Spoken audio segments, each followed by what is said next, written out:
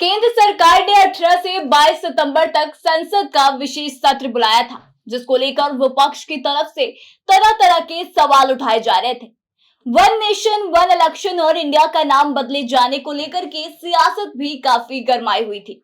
इसको लेकर के विपक्ष केंद्र सरकार पर पूरी तरह से हमलावर थी और ऐसी उम्मीद जताई जा रही थी कि इन दोनों मुद्दे पर इस सत्र में बड़ा फैसला लिया जाएगा।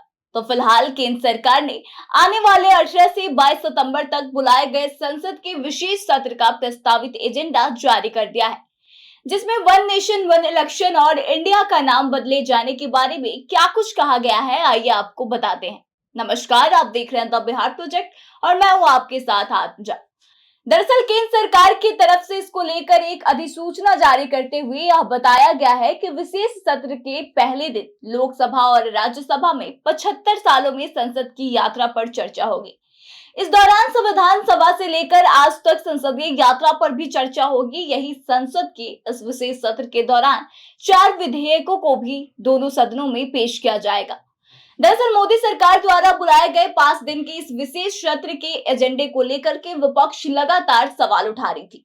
कांग्रेस की तरफ से लगातार सरकार पर निशाना साधा जा रहा था। इसके अलावा तमाम अन्य विरोधी दल यह मांग कर रहे थे कि सरकार एजेंडा जारी करे। ऐसे में अब इसको लेकर के मोदी सरकार ने एक प्रस्तावित एजेंडा जारी कर दिया है। इसके साथ ही जो अटकलें लगाई जा रही थी कि विशेष सत्र के दौरान सरकार एक राष्ट्र एक चुनाव और देश का नाम इंडिया से बदलकर भारत करने का प्रस्ताव लाएगी, इसको लेकर के कहीं भी किसी तरह की चर्चा नहीं है। मालूम हो कि 3 अगस्त को अधिवक्ता संशोधन विधेयक 2023 और प्रेस और आवधिक पंजीकरण विधेयक 2023 को राज्यसभा में पारित किया गया था। इन्हें अब लोकसभा में भी पेश किया जाएगा। वहीं राज्यसभा में 10 अगस्त को डाकघर विधेयक 2023 व मुख्य चुनाव आयुक्त और अन्य चुनाव आयुक्त यानी कि नियुक्ति, सेवा की शर्तें और कार्यालय की अवधि विधेयक 2023 पेश किए गए थे, जिन पर अब विशेष सत्र के दौरान चर्चा की जाएगी। वहीं बता दें कि केंद्र सरकार ने संसद का विशेष सत्र शुरू होने से एक दिन पहले यानी कि 17 सितंबर को सर्वदलीय बैठक बुलाई है। बता दें कि केंद्रीय संसदीय कार्य मंत्री प्रहलाद जोशी ने कहा कि बैठक में शामिल होने के लिए विपक्षी दलों के सभी नेताओं को ईमेल के जरिए निमंत्रण भेजा गया है। 18 से 22 सितंबर तक संसद के विशेष सत्र की घोषणा 31 अगस्त को प्रहलाद जोशी ने ही की थी।